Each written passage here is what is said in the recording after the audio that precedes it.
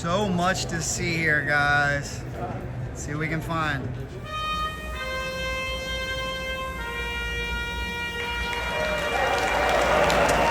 Oh, let's go racing. Wait a minute, let's go auction hunting. Let's go bike hunting.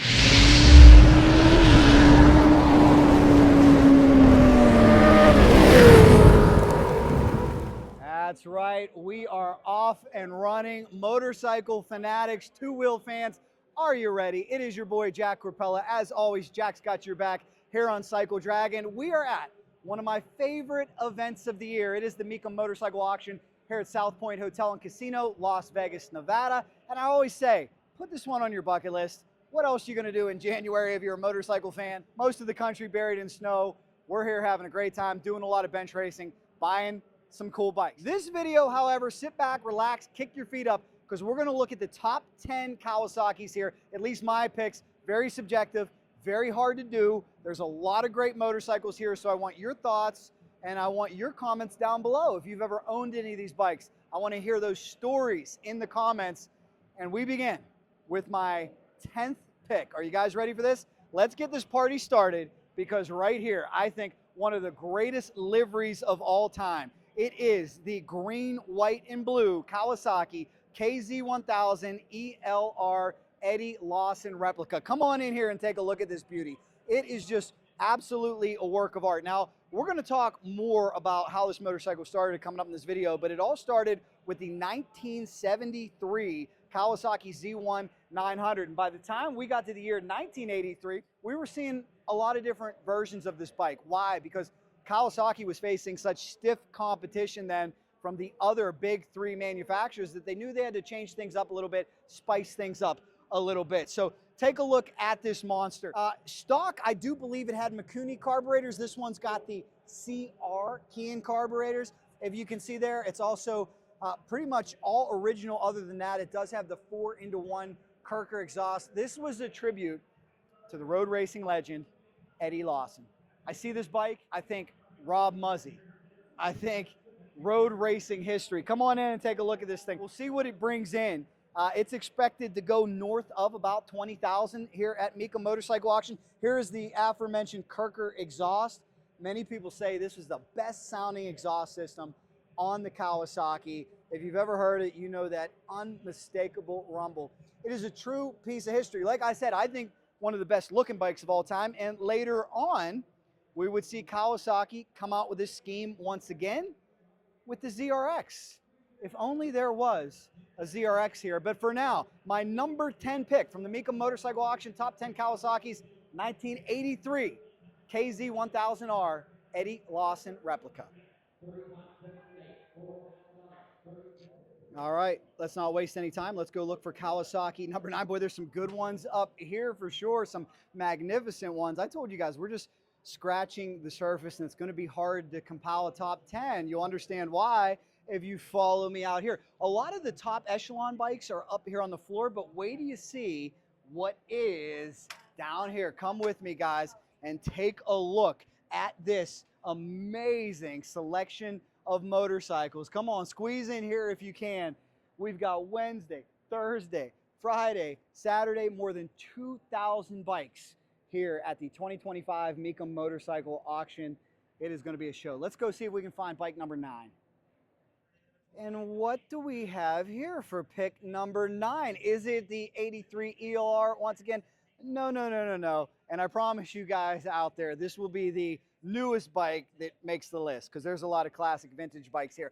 But you heard me talk about it, the very lightweight and nimble Kawasaki ZRX. I'm particularly partial to it. My dad is an owner, and I talk about it all the time. Cycle World ranked the ZRX 1100 as one of the best bang for your buck bikes out there. It was pretty dang affordable, loosely based off the ZX11. Came out in 1997. Well, in 2001, this beast, the ZRX 1200, replaced the 1100. Again, we go with the Eddie Lawson replica paint, and it's just amazing. I'm telling you right now, if you're looking for a used bike, I saw one of these on Facebook Marketplace for $2,500. It did have a tailpiece that needed replaced, but still, a motorcycle like this for $2,500, pretty impressive. You can do a lot with them if you're into drag racing. You can stretch them. They perform very well on the road if you leave them stock wheelbase. They make about 100 horsepower, which is very similar to the Eddie Lawson replica that we saw from the year 1983, only this one comes with all the new technology that makes it so much more comfortable, so much more enjoyable. It is water cooled. This one's got a Yoshimura exhaust slip-on in the back if you check it out.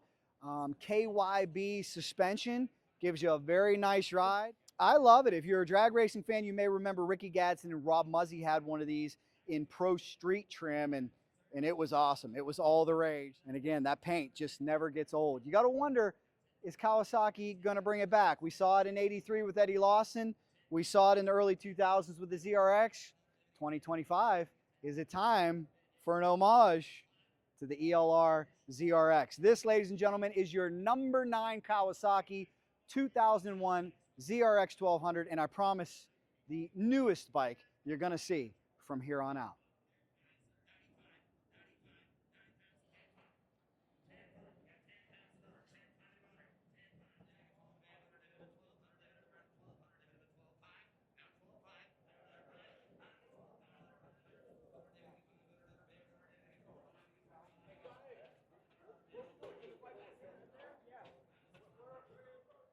And what do we have here for pick number 8? I told you we were going to go back. We're going to go back 25 years. This is a beautiful 1976 Kawasaki KZ900, the mean green machine. This was the first year for the KZ900. We started with the 73 Z1900. A little bit of foreshadowing there.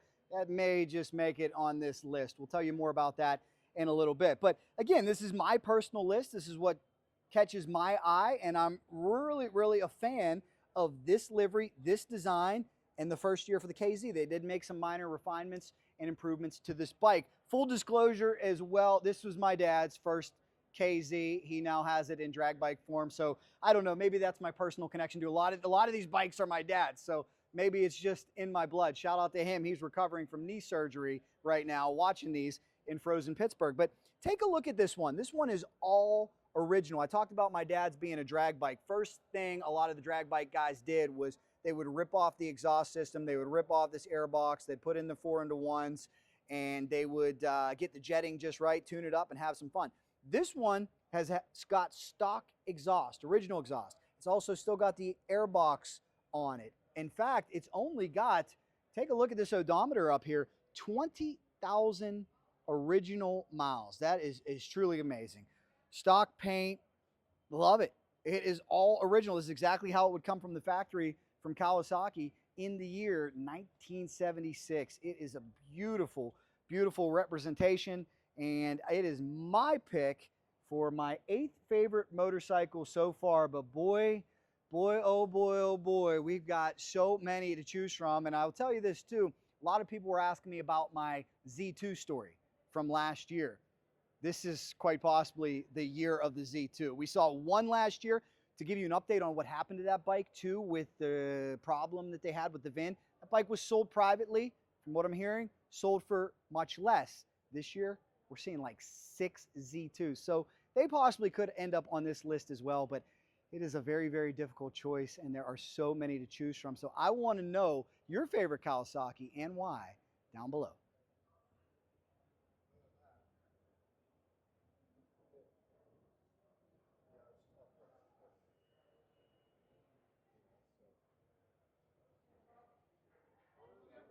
That brings us to pick number 7. And again, I got to give a shout out to my dad. It's all about him. This is his first bike. Well, he had a 1973 Kawasaki S2 350. Bought it for $935. Because of that, his racing number is still 935 to this day. Well, here's one I got to say, and this is what you got to love about Mecum Auction.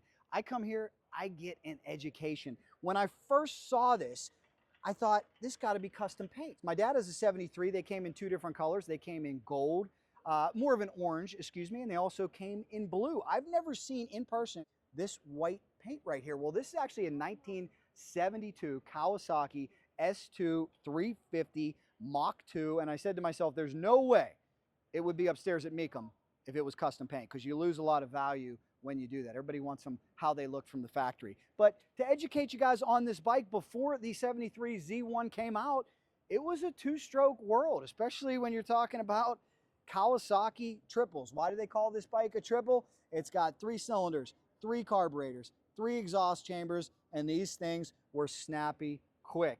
The 750 was known as the Widowmaker. Some say the 500 first known as the Widowmaker. That's a debate on here. But this was a bike that was much more comfortable because it wasn't quite as powerful. I learned to ride on this bike when I was about 16 years old in terms of road bikes. My dad would let me take it across the street, and I can tell you, it had a power band that would pull the front wheel up like crazy. It was just an uber snappy bike.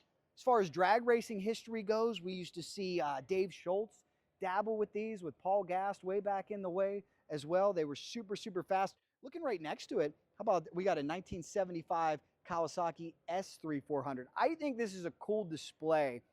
If you guys let me do this, it's probably cheating, but for number 7, I'm going to make the whole display my number 7 because we start over here. This is the 1973 Kawasaki S1. Why is that the S1? Because that's the 250. Then we move into the S2 right next to it, which is the 350, the white one. And then right next to that, the Kawasaki S3, the 400. All about two-strokes. The only bad news is we're here inside South Point Hotel and Casino. We can't start them up. We can't smell them. We can't get some of that glorious premix permeating through the air, but that's okay. We can still dream. Pick number 7 is my 1972 S2 350 and the entire S series. Let's throw it in there, but I think we might have to go back to KZ land for a little bit.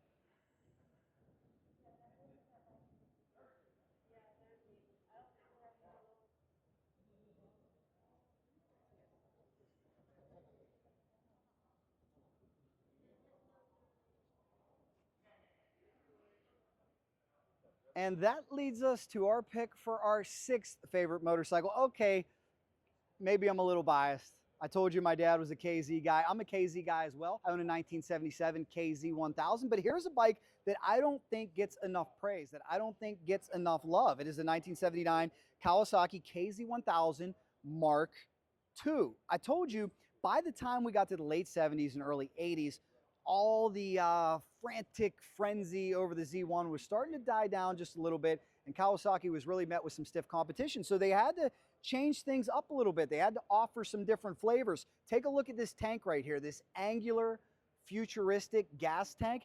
It is very similar to what we saw in the Kawasaki Z1R. Big difference with the rare Mark II is that there was no fairing. It was still a naked bike, as you can see out here with the headlight. This motor was refined just a little bit, made 2 more horsepower, and the big upgrade for owners of the Mark II is this bike had electronic ignition. Hurrah! I know so many out there will give me a pound on that one because that made things a lot easier. But the styling, just absolutely beautiful. Like I said, very similar to a Z1R. I love this color, luminous, original paint. It's a Survivor. It is out of the acclaimed Leroy Mitchell Builder Collection. And I'll tell you, he has got some amazing bikes here this weekend. One distinct feature here too, these fork tubes were beefed up a little bit for the Mark II. Drag racers like the refined engine.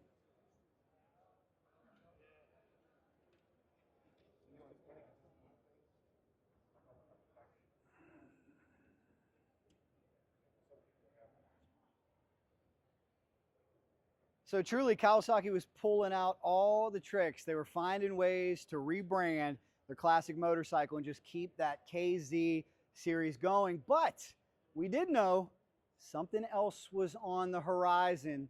Something very special, Kawasaki fans. Help me out, because what was after this? Let's see if we can go find out. But as for now, this is my number 6 pick, Kawasaki KZ1000 Mark II from the year 1979. So what is my number 5 pick? What is next? Well, we're looking at that. That's not a Kawasaki, Jack. Yeah, I get it. That is the stalwart. That is the game changer. That is the 1999 OG Suzuki Hayabusa that certainly left an indelible mark on the industry. Oh yeah, by the way, still going strong today. Hayabusa now in its 3rd generation. And I'll tell you this, I'm no Suzuki hater. I love Suzuki. In fact, I own a Gen 2 and a Gen 3. But why am I showing you the Suzuki Hayabusa on this Kawasaki video? That is because our number 5 pick that is over here, I believe, helped pave the way for the Suzuki Hayabusa. So come with me, guys. It's amazing what we saw come to fruition in 1999. But here we go. This unmistakable red and black livery. This is the 1985 Kawasaki GPZ750 Turbo, and this is really what ushered in the era of the Ninja. The Ninja officially started in 1984 with the GPZ900. All my Top Gun fans out there may remember that classic bike where Maverick was getting it, but I don't know that Maverick would have liked the GPZ750. It might have blown his jacket off or severely messed up his hair, because this bike was right on par with the GPZ 1100. In fact, if you know drag racing, you will recognize the name J. Pee Wee Gleason. He had the record on this bike for quarter mile time at 10:71. That was incredibly fast for the mid 80s, and especially when you're talking about a 750. But really take a look over here. Look at how the game had changed by the time we got to the mid 80s. The KZ had kind of run its course, and it was time for something new.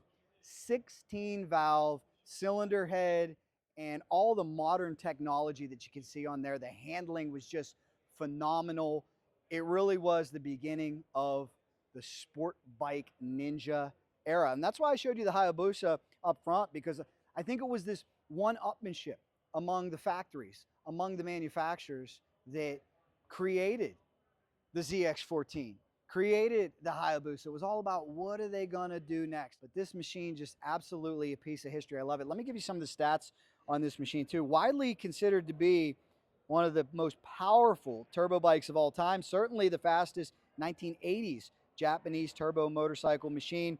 It had digital fuel injection and CDI ignition, 5-speed manual gearbox. You gotta love the black and red accents with turbo graphics, distinctive chrome and black turbo intake cooling. It had the black 2-up seat with the passenger grab rail. This thing had a speedometer that went up to 160 miles an hour for good reason. This one right here too, it's only got 7,000 miles on it. It is, I'll tell you, gonna command a pretty penny here at the Mecum Motorcycle Auction, a piece of history, the 1985 Kawasaki GPZ750. The Ninja era is upon us, and it is my 5th pick here this weekend. That brings us to pick number 4. Maybe I should have said pick number 2, because we're back into two-stroke land. And take a look at it, guys.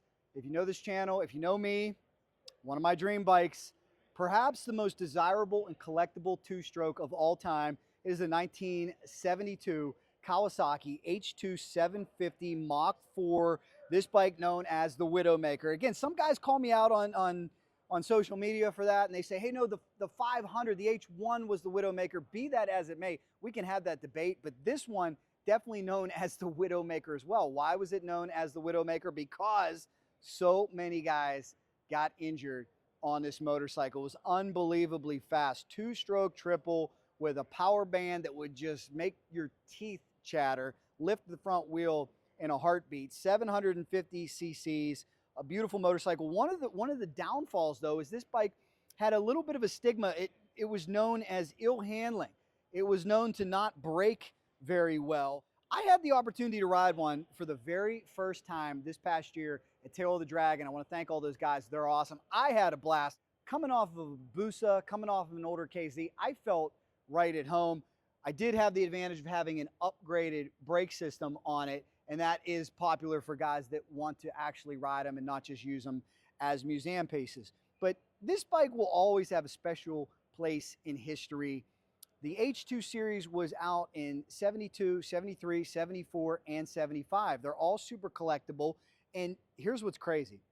This year, I told you, it may be the year of the Z2. It's maybe the year of the H2.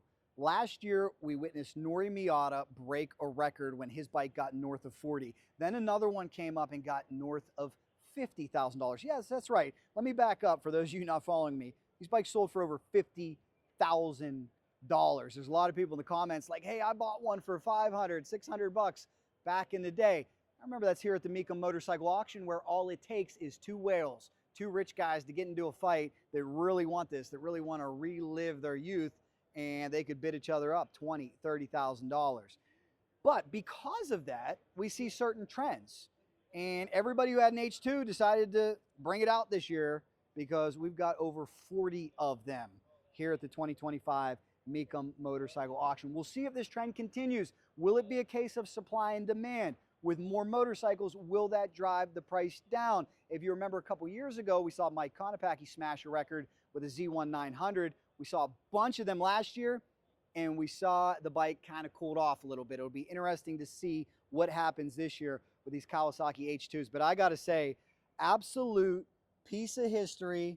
Take a look. This is where you would put the oil in right here. For some of you newer riders, you'd fill it up with gas. Then you would have to put your oil into the oil injector. Some guys could disconnect the injector and do premix, but if you were a street bike rider, you wouldn't want to do that. Really, the only way that you disconnected that is if you were a hill climber or a drag racer, or you were only using it for racing purposes, or just going on short cruises to where you wouldn't have to mix gas at the gas station. Gotta love it, guys. It is number 4 on our list. It is one of the most legendary bikes of all time, the Kawasaki H2 750. So, hey, if this is number 4, what's going to top it? We must have 3 showstoppers coming up. Let's go check them out.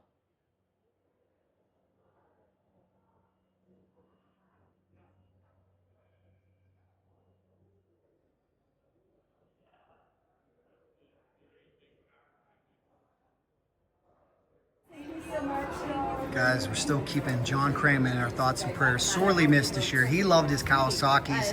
He was a KZ 1300 guy. He loved two-strokes. We miss him, guys. John Craman, RIP. Everywhere you look in this place, you'll find more and more motorcycles. Watch out for the pigeon. Oh, man. Oh, pigeon. That's not fair. The pigeon not only putting dust, but maybe a little something else, as you saw in this video, on these come on, pigeon. Jeez. Come on, man. Talk about a close call. Come on, pigeon. Jeez. Must not be a fan of Norton's. Better get back to the Kawasaki's. So many bikes to see here at Mecum. I certainly hope you're enjoying this tour. Again, I want to know your thoughts, your comments down below. If you have any stories, if you've ever ridden any of these beasts, let me know. And please give us a share and make sure you subscribe, because we're just getting started with our Mecum coverage. We've got 3 more Kawasaki's to go, and come on with me, take a walk. I do have some breaking news for you as we go find bike number 3.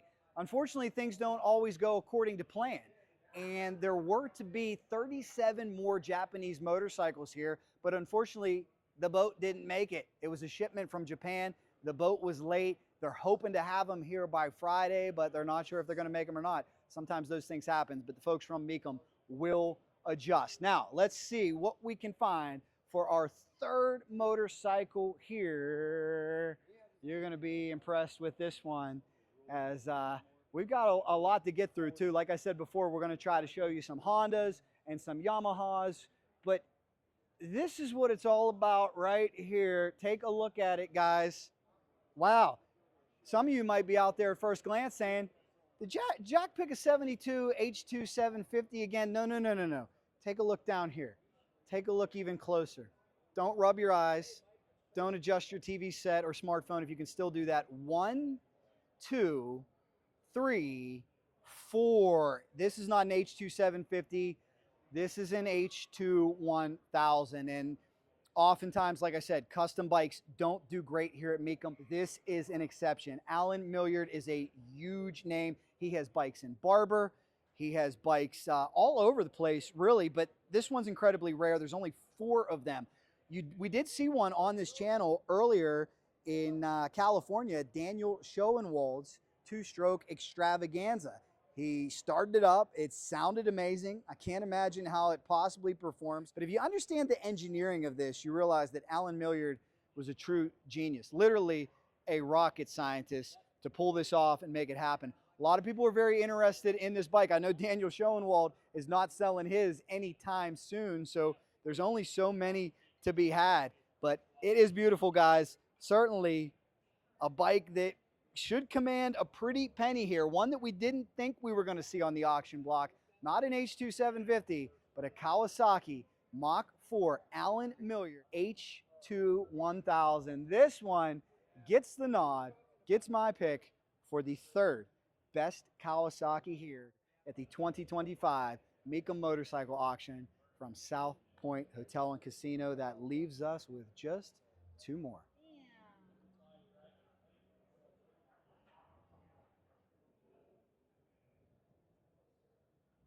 That brings us to number 2 on the list. Guys, you knew it was on here.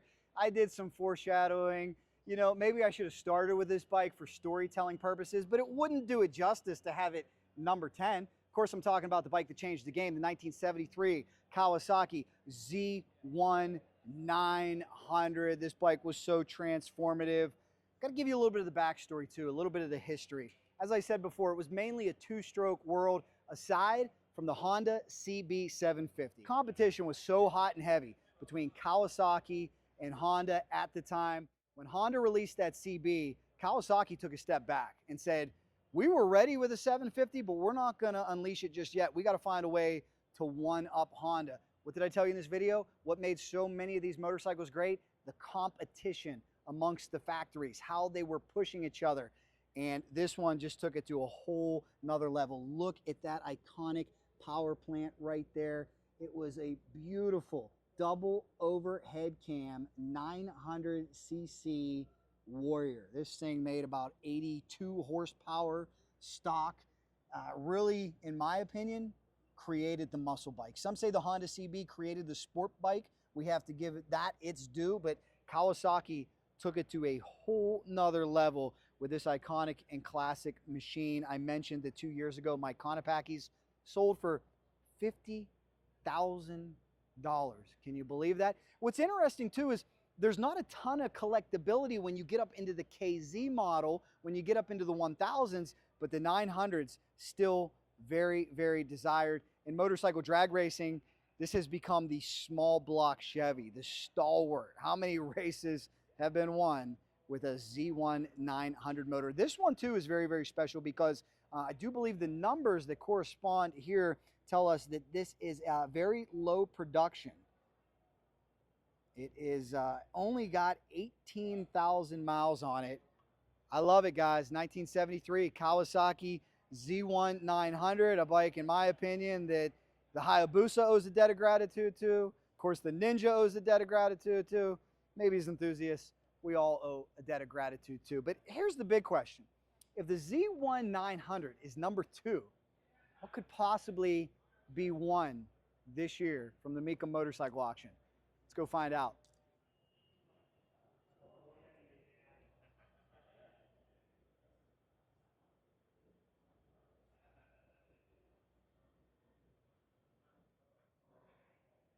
Yes, we got a lot to get through. Like I said, make sure you subscribe to this channel because we have more content coming. We're going to do many more top 10s. We also have a lot of videos from years past from the Mecum Motorcycle Auction, one of our favorite events of the year that we absolutely love. Hope you get a chance to come here. If you're here in 2025, say hello to me for sure. Now, what is number 1? Come on over here because we have found it. And some of you are probably saying, again, is Jack losing his mind? Does he keep picking the same bike? Is he picking a 1973 Kawasaki Z1 900 again? No, no, no, no, no. Come a little closer and take a look at that side cover because this is the very rare little brother known as the Kawasaki Z2 750. Let's talk about what's going on this year. If you watched my coverage last year, you know that there was a Z2 here. It was the first time I had seen one in person. What is the Z2? It was a model primarily only sold in Japan because you could only sell a motorcycle up to 750 cc's in that country. So the Z1 900 was out.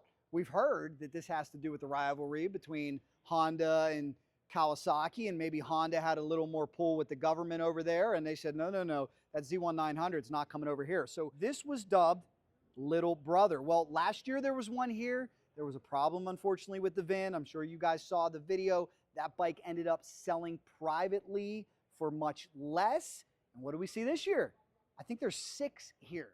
So that's amazing. Last year we were talking stats, and a lot of this stuff is hard to research. How many are left in the United States? I think we were coming up with the number 10, 15. Well, if there's only 10, 15 in the United States, 6 of them are right here in Las Vegas. But here's what is particularly impressive about this bike, if you get a close look, is this one is unrestored. It is 100% all original. And before we go any further, why don't you come take a look right in there and take a good look at that steering neck. They have verified the VIN on this machine. This one, I think what we're going to see this year is, again, supply and demand, because there's 6 Z2s here. You're probably going to see the price go down a little bit, but I don't think for this one, because this one is a survivor. And in this market, the old cliche is so true that it is only original once. I was talking to Jim Bellistreri, my good friend from the Throttle Stop, and he was talking about doing a restoration and maybe buying this one. And I said, Jim, please, if you want to do a restoration, don't buy this one.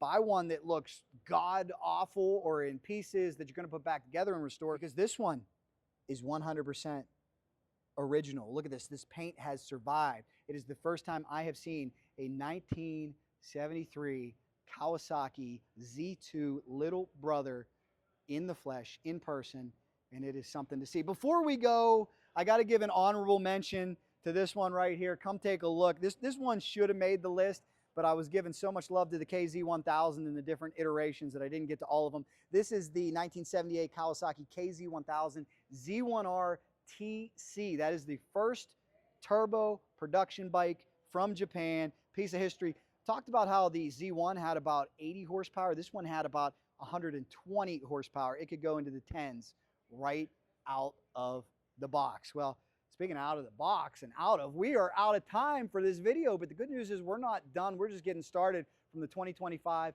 Mecum Motorcycle Auction. I really hope you liked my picks. And again, these are all subjective. You might have come here with a totally different list, and that's why you got to be here in person. But I'm going to try to bring you many more motorcycles. So leave those thoughts, those stories down below. If you're a cow man like me, I want to hear from you. And do me a favor and share this channel. Let's keep those subscribers going, and let's keep this thing heading in the right direction. Thank you guys so much for watching. If you like this video, here's another one for you. Subscribe right in the middle. From Las Vegas, Nevada, South Point Hotel and Casino, Cycle Drag rolls on.